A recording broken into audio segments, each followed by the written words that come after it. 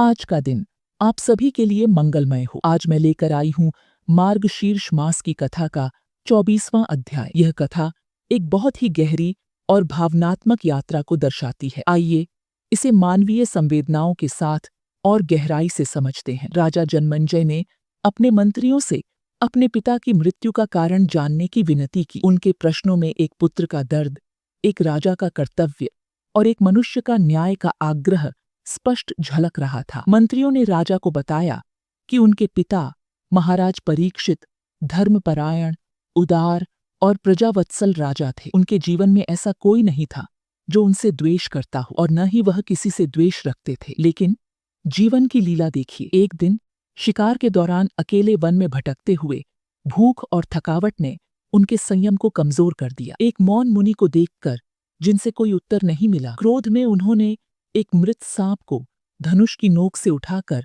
मुनि के कंधे पर डाल दिया। क्या वह राजा जिसने जीवन भर धर्म का पालन किया, इस एक पल में अपने ही स्वभाव से विपरीत नहीं हो गए? यह मानव की क्षणिक दुर्बलता को उजागर करता है। मुनि के पुत्र श्रृंगी ने यह घटना सुनी और वह अपने पिता के अपमान से क्रोध में भर उठा। उसने राजा को 7 दिनों के भीतर तक्षक नाग के विष से भस्म होने का श्राप दे दिया। श्रृंगी का क्रोध एक पुत्र की वेदना थी, लेकिन उसके निर्णय में भी आवेश का अंधकार था। श्राप की सूचना पाकर राजा परीक्षित सावधान हो गए। उन्होंने अपने प्राणों की रक्षा के लिए प्रयास किए, लेकिन नियति को कुछ और ही मंजूर था। तक्षक, जिसने अपने डसने से एक विशाल वृक्ष को जलाकर राख कर दिया, ने धन के प्रलोभन से कश्यप मुनि को वापस लौटा दिया। कश्यप, जो राजा को बचा सकते थे, तक्षक के छल के आगे झुक गए। जब राजा परीक्षित की मृत्यु की यह कथा सुनकर राजा जनमेजय के भीतर पीड़ा का सागर उमड़ पड़ा। उन्होंने अपनी मुट्ठियां भींच लीं और गुस्से से कहा, तक्षक ने न केवल मेरे पिता की हत्या की, बल्कि धर्म और न्याय का भी अपमान किया है। मैं तक्षक से प्रतिशोध लेकर रहूंगा। जनमेजय ने सर्प यज्ञ का आयोजन किया, जिसमें मंत्रों की गूंज के साथ